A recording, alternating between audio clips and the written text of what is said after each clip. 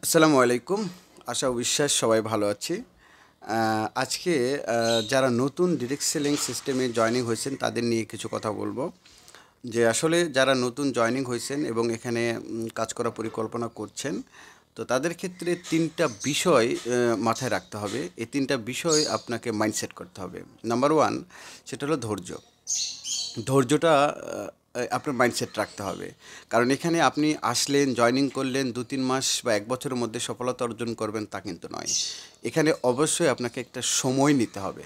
অর্থাৎ ৩ থেকে ৪ বছরের একটা সময় আপনাকে বেঁধে নিতে হবে। তো এই ৩ থেকে ৪ বছরেও যদি আপনি ধৈর্য সহকারে কাজটা করতে পারেন, এ তাহলে আপনি এখানে আপনার সফলতা পেতে পারেন ইনশাল্লাহ। নাম্বার 2, কিছু শেখার ইচ্ছা।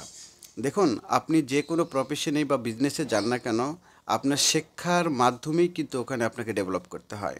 আপনি ব্যবসা করবেন, ব্যবসার সম্পর্কে আপনাকে একটা ধারণা নিতে হয়। অর্থাৎ এখানে আপনি যে ব্যবসাটা করবেন, সে ব্যবসার সম্বন্ধে টোটাল ধারণা যদি না থাকে, তাহলে কিন্তু আপনি ব্যবসাতে সফলতা অর্জন করতে পারবেন না। তদ্রূপ ডিরেক্ট সেলিং সিস্টেমটাও তাই। ডিরেক্ট সেলিং সিস্টেমে আপনাকে কী করতে হবে? শিখতে হবে, শেখার ইচ্ছা থাকতে হবে। এই জন্য আপনাকে কি করতে হবে? Training, meeting, physical training, online training, যেখানে আপনার মিটিং হয় না কেন সেখানে আপনাকে অ্যাটেন্ড হতে হবে। সেখান থেকে আপনাকে এই শিক্ষাগুলো অর্জন করতে হবে। নাম্বার 3, ধীরে ধীরে বেড়ে ওঠার মানসিকতা। অর্থাৎ আমরা অনেকে এখানে জয়েনিং করার পর চিন্তা করি হয়তো বা ৩ মাসের মধ্যে আমি অনেক টাকা ইনকাম করব, বা ১ বছরের মধ্যে অনেক টাকা ইনকাম করব। না, এটা এখানে আসলে পসিবল না।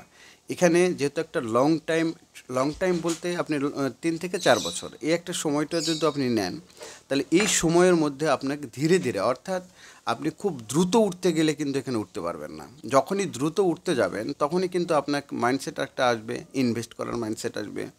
হ্যাঁ, আপনার অর্থনৈতিক লসে একটা পড়তে পারেন।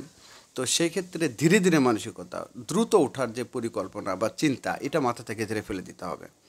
আপনি উঠবেন এবং আপনি আপনার টিমকে উঠাবেন। তো আপনি যদি এই ৩টা পয়েন্ট মাথায় রাখতে পারেন, আমার বিশ্বাস আপনি অনেক দূর যাবেন। ধন্যবাদ সবাইকে।